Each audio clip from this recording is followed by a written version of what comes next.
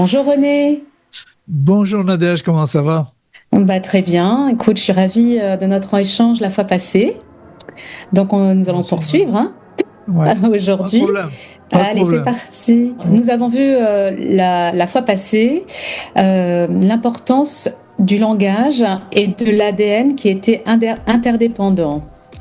Il est mentionné dans ton ouvrage Le verbe est quantique qu'il y a une équipe de chercheurs russes qui ont travaillé sur ce sujet. Donc c'était donc Gurdjieff et Poponine qui ont mis en évidence que l'on peut effectivement reprogrammer notre ADN par le langage humain à condition que les mots soient modulés ou introduits par la fréquence porteuse. Pouvez-vous m'en dire un petit peu plus? Oui, là, il y a un grand raccourci. Mais ce qu'ils ont trouvé effectivement au cours d'une très longue étude et qui a été juxtaposé, nous ignorant d'ailleurs, par le même genre d'études que j'étais en train de faire dans les années 90. En fait, ce qui s'est passé, c'est que ils ont déterminé avec tous les autres chercheurs, je crois qu'ils étaient, ils ont culminé à un moment donné à un nombre de 400 chercheurs linguistes qui ont travaillé sur cette possibilité de ressemblance entre l'organisation, la structure de l'ADN et les langages de l'humanité. Donc ils ont déterminé à la fin que effectivement que la structure de l'ADN était se juxtaposait parfaitement avec la syntaxe des langages de l'humanité. Ce qui est quand même extraordinaire et en même temps qui coïncide. C'est comme si on avait une preuve matérielle, si vous voulez, qui met en valeur et qui aide à comprendre le fameux au commencement était le verbe. Hein. Alors, c'est vrai que pourquoi on dit partout, dans toutes les traditions, au commencement était le verbe. Mais en fait, il n'y a que, de ce que j'ai pu en voir en tout cas, que pratiquement pas d'explication sur ce thème-là. Et j'ai moi-même cherché et vraiment, j'ai peut-être pas cherché aux bons endroits, mais je n'ai pas trouvé grand-chose, sauf des choses assez banales, quoi. Mais rien qui pourrait être qualifié je dirais, de scientifique, entre guillemets. Et donc, ces chercheurs qui sont soit microbiologistes dans le cas de Gurdjieff, feu Gurdjieff maintenant malheureusement, et le physicien quantique Poponine ont déterminé cette ressemblance, cette identité de structure entre l'ADN humain et le langage, enfin toutes les langues de l'humanité, la structure de la syntaxe donc, hein. Et ça a été un point extrêmement important. Et j'ai été mis au courant de ce travail par un ami commun, un chercheur allemand.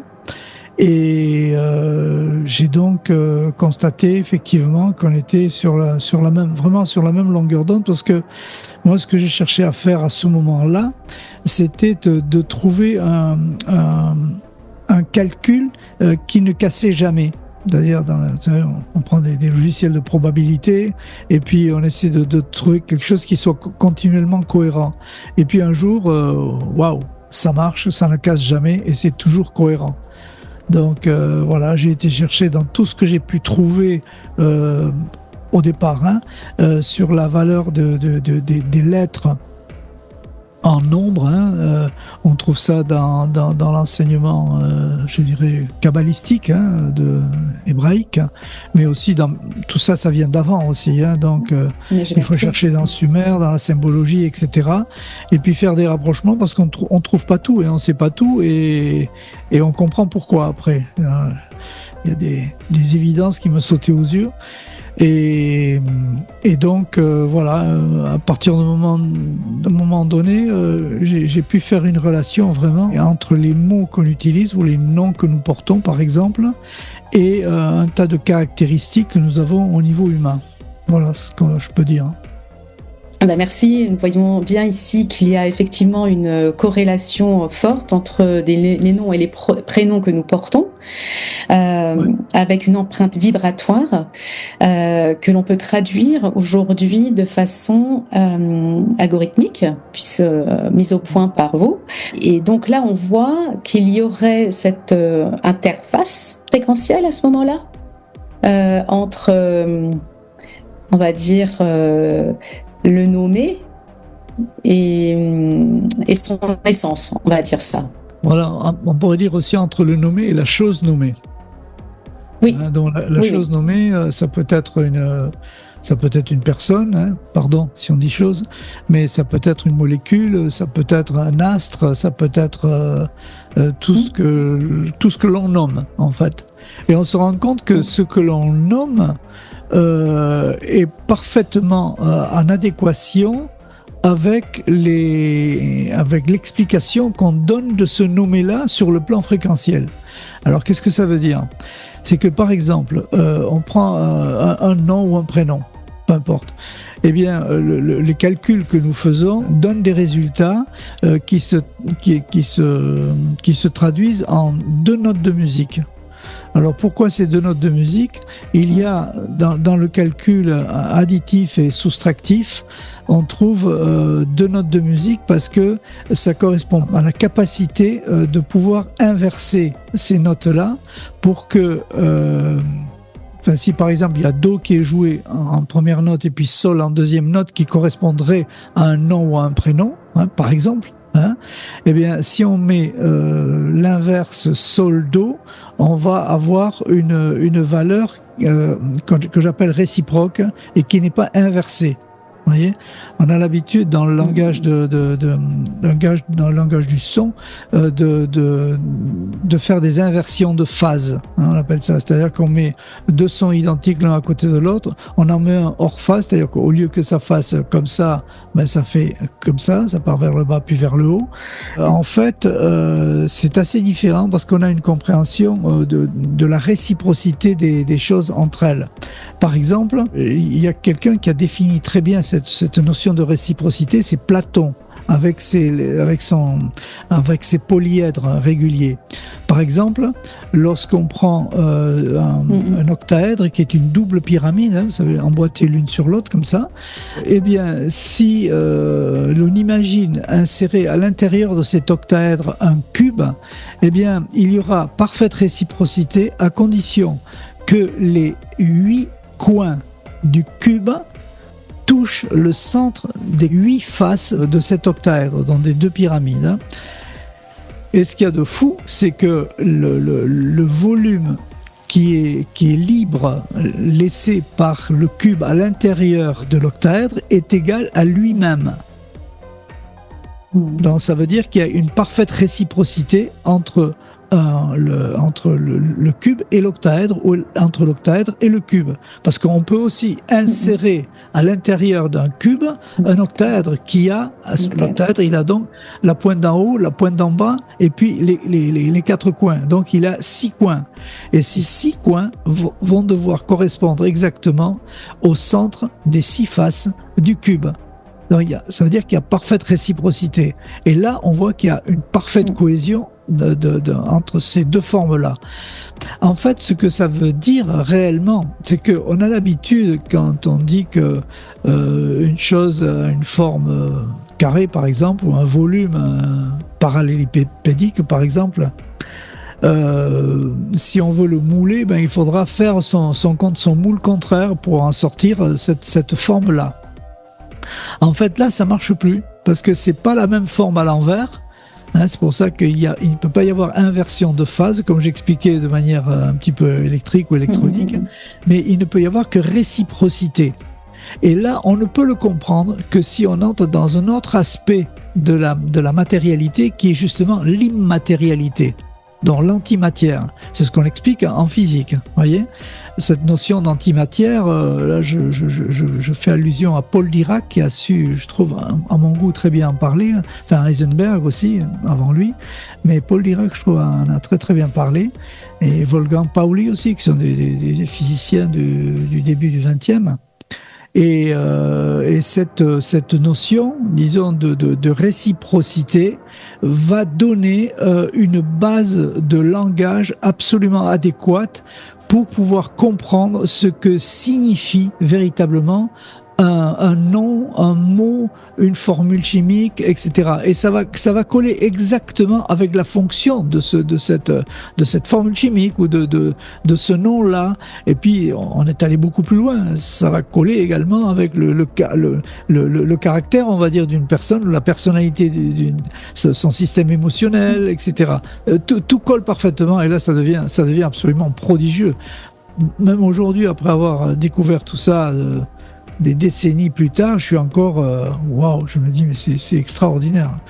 Voilà.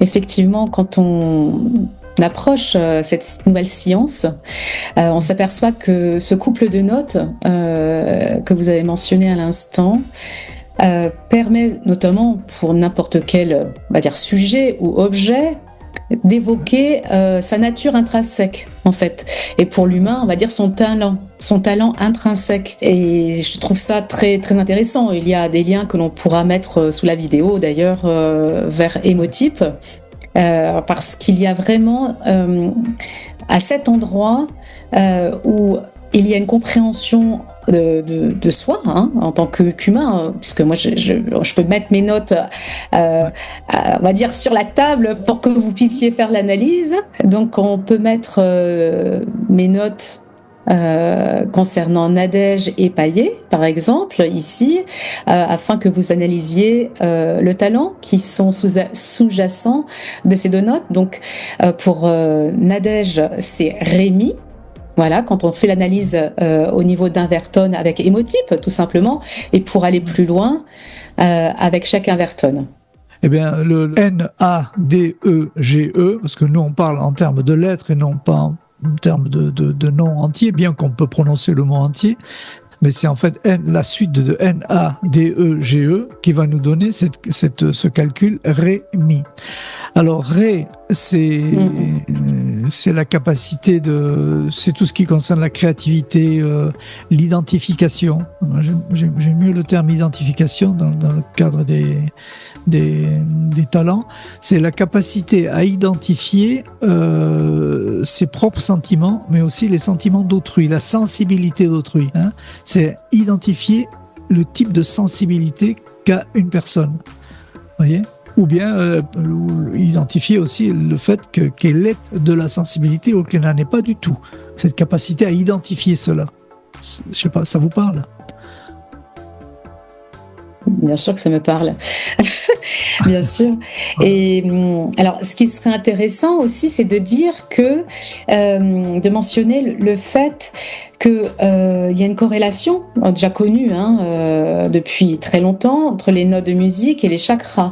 Donc on peut comprendre pourquoi Ré se trouve dans la création, puisqu'on va partir du chakra sacré avec Do, Ré, Mi, la sensibilité chakra solaire, on va dire, et etc. jusqu'au Si, qui est chakra couronne. Donc ça, ce qui est très intéressant aussi pour avoir un parallèle, un rapport sur la sensibilité. La sensibilité sera logée au niveau du plexus. Voilà. Alors Ré, c'est le système créatif, le système génital, si on veut dire. Et puis Mi, c'est la zone du pancréas, la sensibilité. Voilà. Donc c'est comme si on avait un lien entre ces deux chakras, comme on dit, ou entre ces deux organes. C'est appareil génital et pancréas. Et il y a physiologiquement un lien entre ces deux-là. Donc et puis bon, ça va entraîner d'autres choses aussi. Ouais, tout à fait. Bien sûr, et c'est pour aller dans toute la logique que l'on pourra avoir dans d'autres discussions, c'est que ce talent, donc émotionnel, il est le talent, il y a l'émotion, il y a l'instinct et il y a le mental. Bon, ça, je pense que ça sera à lui tout seul une petite interview, puisque c'est assez intéressant, à moins qu'on puisse l'expliquer brièvement là, parce que quand on brièvement, brièvement, et le système endocrinien aussi, puisqu'on parlait tout à l'heure du pancréas, etc. Cette liaison en fait des notes de musique avec avec notre corps, avec nos glandes endocrines, quoi. Voilà. D'accord. Alors, ce qu'on peut dire, c'est qu'à partir du moment où on a déterminé un talent grâce au calcul qui est fait donc directement, on a Rémi. Donc on aura comme quand on a ce talent Rémi qui est d'identifier la sensibilité des uns et des autres lorsqu'on n'est pas trop en forme, qu'on est fatigué, etc., ou qu'on a des baisses de voilà, on va avoir tendance à réagir de temps en temps à des altérations provoquées par l'extérieur, qui sont des altérations qu'on va appeler émotionnelles, des réactions émotionnelles. Alors, la réaction émotionnelle qui est typique de la personne qui porte un Rémi par rapport à ses noms-prénoms, à un de ses noms, bon, sans rentrer dans le détail, on le fera sans doute une autre fois, mais la réaction Sol-Ré, ça veut dire que cette personne qui a ce talent, donc Rémi, elle ne va pas apprécier, ou elle va réagir émotionnellement, ou elle va s'altérer quand les gens ne peuvent pas ou ne veulent pas communiquer avec son être profond. Donc, quand les gens ne communiquent pas en profondeur, pour vous, ça vous plaît pas trop, ça.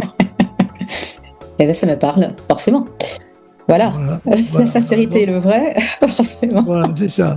Alors, la chance, c'est de se dire, bon, si cette altération est arrivée par une communication, par des paroles, qui ne tiennent pas en compte votre être profond, votre être créé, disons, eh bien, c'est pas si grave que ça, parce que quand on se rend compte qu'on est capable, avec Rémi, d'identifier la sensibilité des autres, eh ben, on est capable de comprendre que l'autre n'a pas pu s'exprimer par son manque de sensibilité, et qu'elle s'est exprimée en ne respectant pas, ou plutôt en ne tenant pas compte de ce que vous êtes vraiment. Donc l'important, c'est de se rendre compte de son talent, et puis ce que disent les autres, ça leur appartient, ça vous appartient plus. Tout à fait. Voilà. Tout à fait. Mais c'est ce qu'on arrive à faire avec des sons, à transformer. Enfin bon, ça c'est la réactivité émotionnelle. Mais quand cette réactivité émotionnelle se répète trop souvent, qu'il y a trop de gens qui arrivent, qu'est-ce que t'en sais toi, au plus profond de toi-même, voilà. Qu'est-ce que j'en sais, comment, mais moi qui suis capable d'identifier la sensibilité des uns et des autres et la mienne exactement, comment peux-tu me dire que je ne suis pas capable d'identifier, que je ne suis pas capable de sentir ce que je suis profondément? C'est pas possible, d'accord? Mais si ça se répète, cet aspect-là, il va y avoir une réactivité instinctive. C'est-à-dire qu'on va balancer à l'extérieur, on va plus pouvoir supporter ce qu'on nous répète. Donc on va devoir se évacuer ce trop-plein d'énergie dite négative, perçue comme négative, et on va projeter ça. Et alors comment on va le projeter? On va le projeter, alors Sol-Ré, ça fait la Sol, donc on va projeter ça sans trop discerner ce que l'on dit, c'est-à-dire qu'on balance du cru, quoi. ça va un peu fort, on est d'accord? Ça va fort. Vous laissez, voilà, je dis rien, qui ne dit mot consent. Tout à fait. Donc ça, c'est, voilà. Et par contre, quand il y a un événement qui s'est passé, cette suite d'événements sont passés, qu'on relate ça à un ami, à son mari, à son épouse, à ses enfants, à ses parents, peu importe, qu'est-ce qui va se passer? Eh bien, c'est qu'on va faire un jugement, si vous voulez. On va donner une opinion. Et l'opinion qu'on va donner de ça, de cette situation, donc la Sol à l'instinctif, ça va donner Mila. Et donc, la personne va faire un commentaire en disant sur toute cette situation que cette personne qui a répété souvent et qui a altéré émotionnellement sa personne, eh bien, on va dire de cette personne-là que cette personne n'est pas capable de ressentir les situations. Complètement à l'envers, évidemment. Voilà. Et en fait, c'est pas du tout ça. En fait, ce qu'on observe tout le temps, c'est que le mental qui juge ça est exactement l'inverse, réciproque, exact, de la réaction émotionnelle qui est incalculée, qui est juste, qui est pure. Mais le mental, il ment tout le temps. Il dit systématiquement le contraire. comme disait un de mes amis, je dis ah oui mais moi je pense que toi tu penses. Voilà, donc que c'est catastrophique quoi. Donc on écrit des bouquins, des sciences, des littératures, des bibliothèques entières sur la pensée, etc., qui en fait ne tiennent pas compte de cette mécanique qui est absolument redoutable et qui tombe pile. Parce qu'en plus, si on calcule selon le même mode, on continue la chaîne des réactivités, disons, talent égale émotionnel, égale instinct, égale mental. Et si on continue, on va tomber sur le talent. C'est-à-dire qu'on va altérer le talent. Donc plus on fait tourner cette boucle qui démarre dans la problématique avec l'émotionnel, eh bien, plus on va altérer la boucle entière et on va s'enfoncer en permanence, quoi. Et on va réduire notre talent. Donc le but justement de ce que nous faisons, c'est que c'est grâce aux fréquences de ce nom, le but est d'empêcher que monte cette fréquence de réactivité émotionnelle et qu'elle soit mise en réciprocité inverse. Ce qui fait que lorsque on perçoit cette chose qui nous altère, dans ce cas-là, que les gens vous disent que vous parlent sans tenir compte de ce que vous êtes vraiment, hein, eh bien, qu'est-ce qui se passe? Le son va mettre à l'envers non pas ce que vous ressentez, mais ce qui est dit par l'autre, la fréquence qui est envoyée par l'autre. Elle va la mettre à l'envers, ce qui fait que vous allez voir la même problématique, mais vous n'allez plus rien sentir de mauvais. Vous allez vous dire, en fait, je m'en fous, hein. C'est son problème. Hein. S'il parle comme ça... Il y a quelque chose de... Ouais. Voilà. Moi, ce que je sais, c'est que je suis capable d'identifier les émotions. Donc, je l'ai bien identifié. Voilà, c'est pas mal. C'est pas mal. Et donc, il n'y a pas de réactivité émotionnelle, donc pas de réactivité, disons, au niveau physiologique. Parce que lorsque la réactivité émotionnelle se répète, ça finit par tomber sur le système physiologique, sur tous les systèmes physiologiques. Et là, spécifiquement, cette réaction-là risque très fortement à tomber au niveau des articulations. Non, on va se retrouver avec des risques d'arthrose, d'arthrite, enfin, etc. Et ça tombe toujours comme ça. Hein. Oui, parce qu'en fait, on n'a pas tous, de ce que je comprenais effectivement de la logique ou de cette mécanique, on n'a pas tous évidemment la même réactivité face à une situation. Et ça, c'est du fait de nos noms et de nos prénoms. Alors quand on entend nom et prénom, en général, je sais que sur le système Inverton, c'est que voilà, c'est tous les prénoms donnés à la naissance, c'est vraiment l'état civil, et le nom patronymique du papa et de la maman. Voilà. Et à partir de ça, de cette identité-là, on va avoir notre profil qui tombe effectivement très juste, avec toutes les problématiques qui pourraient être sous-jacentes ou inhérentes du fait de la mise sous cloche ou de la, de l'enterrement de nos talents et de l'exagération de nos pulsions instinctives et émotionnelles et mentales, évidemment, parce que celui-ci, il est très très très bien nommé partout, le mental. Voilà. Ouais, voilà. Donc c'est connaître ça, imaginons simplement que tout le monde puisse accéder à cette connaissance-là. Ben c'est résoudre tous les problèmes d'entente entre les humains, quoi. Parce que on ne communique plus à ce moment-là qu'avec avec une compréhension beaucoup plus profonde, beaucoup plus fréquentielle, beaucoup plus fine, hein, que le sens que donne le dictionnaire. Et si on pouvait faire ça, ben il y aurait plus de conflits, parce qu'on le voit, par exemple, lorsque tous les membres d'une famille ont un produit qui s'appelle chez nous archétone, hein, qui est capable d'analyser et de désarmer la réactivité émotionnelle tout en la comprenant, en la voyant, hein, on ne devient pas idiot, hein, au contraire, on est beaucoup plus fin dans la compréhension, ben on réagit plus. Donc on voit dans les familles, hein, toutes les familles qui sont traitées avec ça, on peut avoir une réaction 2 secondes et puis paf, tout le monde rigole tout de suite, quoi. Parce qu'on sait pourquoi on a réagi. Voyez, donc c'est pas possible de monter en charge, de monter en réactivité, quoi.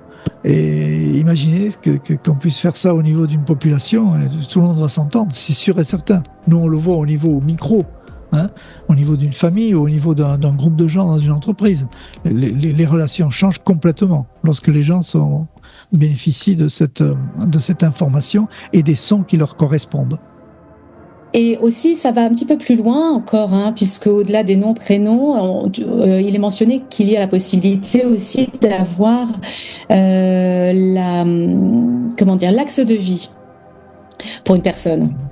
C'est quand même fort parce que là, on va rejoindre les sciences astrologie, numérologie, etc. Donc là, on va, avec la science du nommé, pouvoir même avoir une cartographie de notre talent, notre axe de vie, et ce à quoi on est destiné, si tant est que nous ne l'abîmions pas avec des réactivités émotionnelles. Mais à partir du moment où on prend conscience, effectivement, de ses talents et de son axe de vie, cette prise de conscience, quand même, elle est fondatrice, quand bien même on arrive à la dépasser ou pas la dépasser, mais peu importe, il y a quelque chose qui se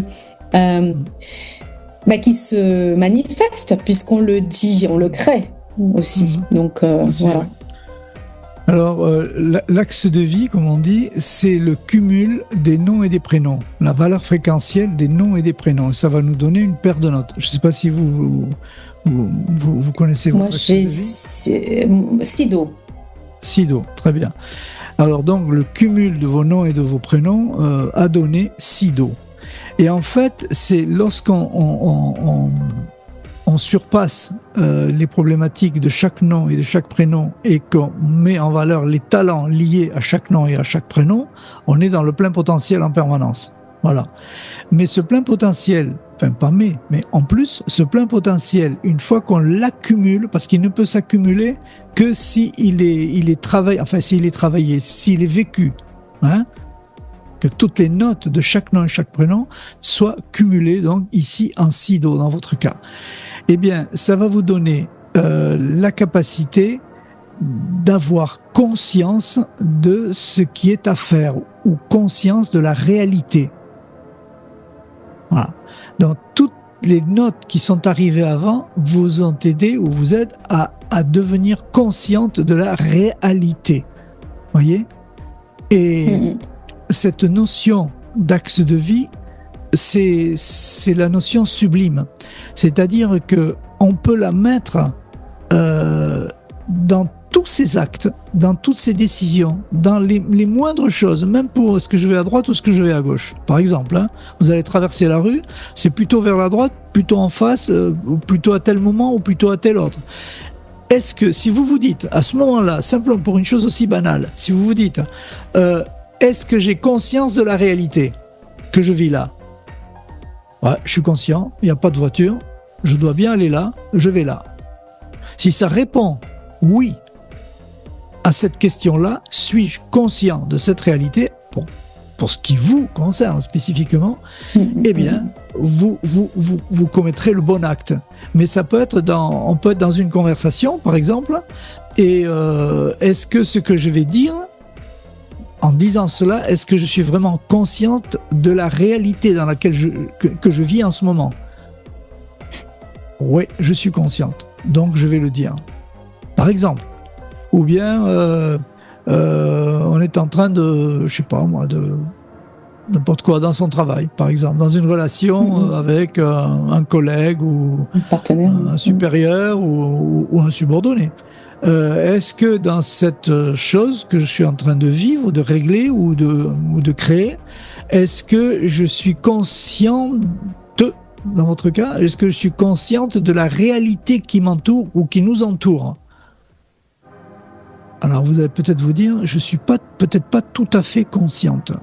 Je sais pas tout. Donc il va falloir que j'aille un petit peu plus loin pour aller chercher la réalité. Donc, on va donner une réponse différente. On va dire, hein, on doit voir ça. Et à ce moment-là, si vous devenez consciente par rapport à ce qui est dit ou par rapport à ce qui est vérifié, ça peut être une étude, ça peut être hein, eh bien, on va dire, voilà, ok, maintenant je suis conscient de la réalité. Et peu importe si les autres sont conscients et qu'ils sont déjà conscients, mais non, mais tu comprends pas, on s'en fout. L'important, c'est que vous-même, vous soyez consciente de la réalité qui vous entoure. Et là, les choses vont se mettre à marcher. Et ça marche toujours comme ça. Il n'y a pas une personne qui peut nous dire le contraire. C'est quand même prodigieux. Non, c'est fabuleux. Hein. C'est fabuleux parce que ça fait vraiment une boussole. Je ne l'avais pas perçue de cette manière-là, effectivement. Et ça me donne des clés. Ça vous parle? Clairement, ça me parle.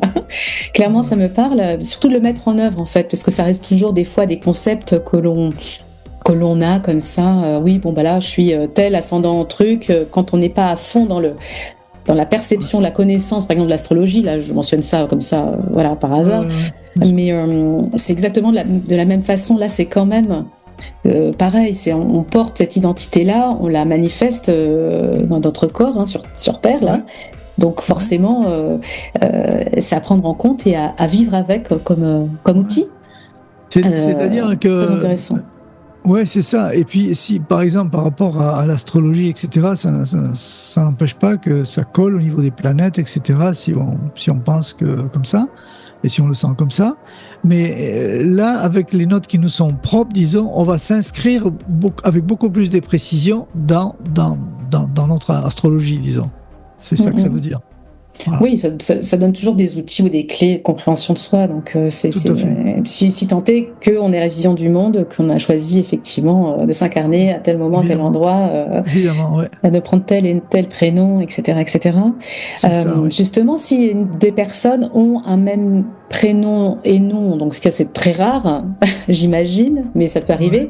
Cela veut dire que ces personnes auront les mêmes talents et les mêmes spécificités.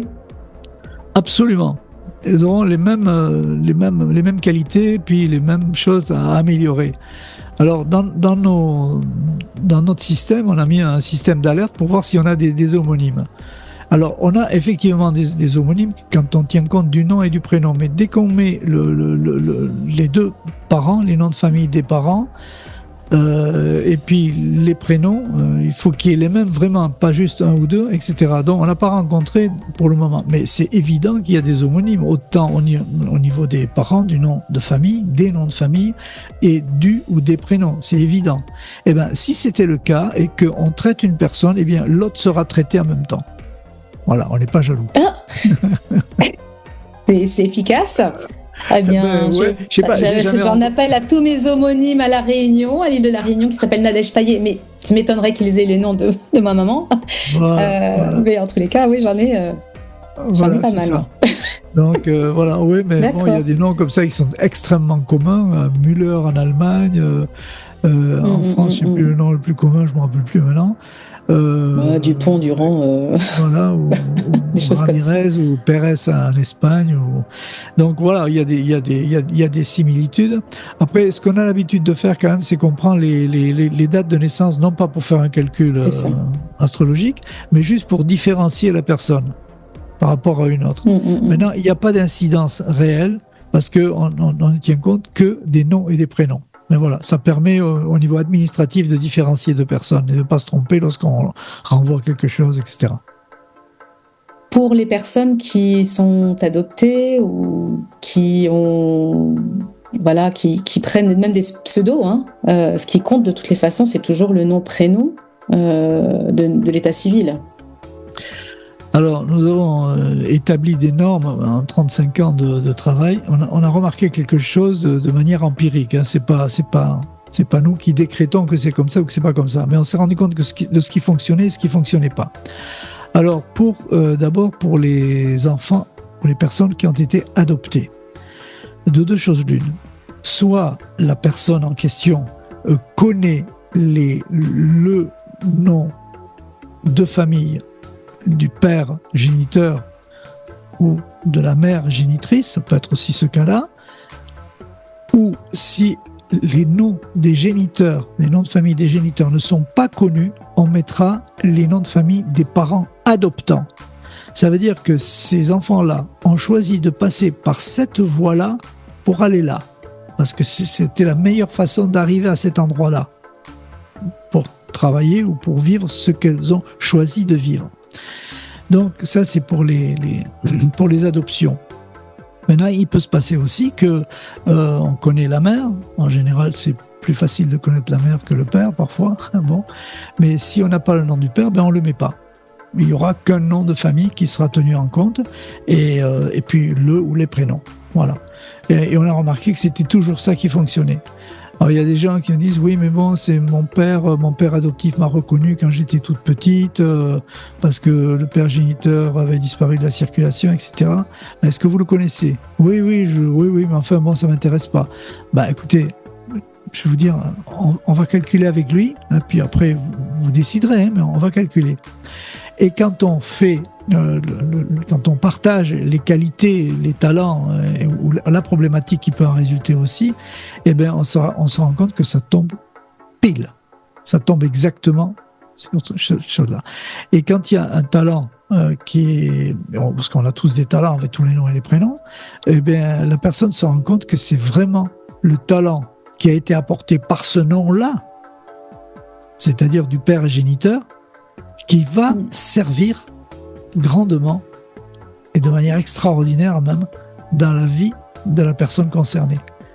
Et là, les gens, alors, vous détestez toujours le nom de votre père géniteur? Ah non, là non, hein, là non. Ah ben voilà. Et ça tombe toujours comme ça. Ça ne dévalorise pas le travail et le mérite du père adoptant. Il n'y a pas de problème. Mais au niveau vibratoire, cette personne a choisi ce géniteur-là parce qu'elle elle avait besoin de ça. Et elle savait pourtant qu'il allait disparaître dans la fumée. Voilà. Donc oui. C'est comme ça. Il y a des choix qui se répètent, qui sont très clairs comme ça, et dont on se rend compte qu'ils sont toujours, qui tombent juste quoi. C'est la personne qui nous le dit, c'est pas nous qui le disons. C'est la personne qui nous dit toujours, c'est ça. Et si vous prenez le nom de l'adoptant pour le calculer, on commence mentalement à forger une histoire, mais ça colle pas. Alors que celle du père, c'est évident. Et puis l'évidence sublime, c'est que quand cette personne fait, à cause de ses réactivités émotionnelles répétées, qu'elle fait un symptôme, qu'elle a mal au foie par exemple, et qu'elle a eu des gros problèmes de foie, faré, ça tombait justement sur ces notes-là. Donc ça vient de l'écriture du père géniteur. Ça tombe pile, quoi. On a connu des centaines de cas comme ça, quoi. Voilà. C'est fabuleux. Et alors, si nous voulons, si les auditeurs veulent avoir une analyse plus profonde aussi sur leur nom, prénom, ils peuvent faire une commande d'émotypes. Donc ça, c'est gratuit, je crois que c'est ça. Ouais. Et il y a chacun Verton sur lequel ils peuvent avoir une analyse avec aussi un praticien, un vertonique. Je pense que c'est ça qu'on peut proposer. Ouais. Bon, voilà, c'est ça. La meilleure façon, c'est vraiment de faire ce qu'on appelle le check-in Verton avec quelqu'un qui est capable d'expliquer et qui va savoir mettre les mots justes sur ce que vit la personne. C'est pour tous les personnes certifiées Verton qui vont l'expliquer de la même manière. Mais il y a une connaissance, il y a une habitude, il y a des années et des années d'expérience. Et il suffit de le commander, puis on prend contact avec la personne et vous avez une analyse qui va vous suivre toute votre vie, quoi. Vraiment, tout le monde devrait le faire, quoi. C'est tellement juste. On s'y retrouve tout le temps. On a des doutes dans sa vie, il nous arrive ça, on ne sait pas d'où ça vient, etc. Puis on regarde. Mon Dieu, puis on prend compte et puis on trouve les ressources à l'intérieur. Ah ben oui, puis je me rappelle, on avait parlé de ça avec cette assistante. Ah ouais, d'accord, je comprends. Donc ça permet de vraiment de diminuer les souffrances, les surprises, les problèmes. Ça peut être des cas graves quelquefois, ça peut être des choses très très dures à vivre, y compris des décès, des choses terriblement injustes, etc. Et on n'est jamais à l'abri de rien, quoi. Donc avoir ces ressources-là, mais ça devrait être obligatoire pour tout le monde, quoi, franchement. Et ça n'empêche pas qu'on puisse faire des études sur un plan plus psychologique ou bien sur un plan plus médical, parce que tout va coller finalement. Eux, ils vont faire qu'apporter de l'eau au moulin de ce que nous avons dit de manière essentielle, de manière basique, de manière nommée. Parce que c'était à la base de tout. Au commencement était le verbe. Alors, il n'y a plus qu'à commander cette analyse chez Quinverton et pour avoir évidemment une meilleure compréhension de de pourquoi vous êtes là aussi et de tous les talents que vous pouvez exprimer lorsqu'on en prend conscience. Vraiment, le lien sera sous la vidéo pour que vous puissiez accéder et avoir un avertoniste en consultation. Je le recommande. Merci. Je vous dis à bientôt. Ouais. Merci beaucoup. À très bientôt. Au revoir. Au revoir.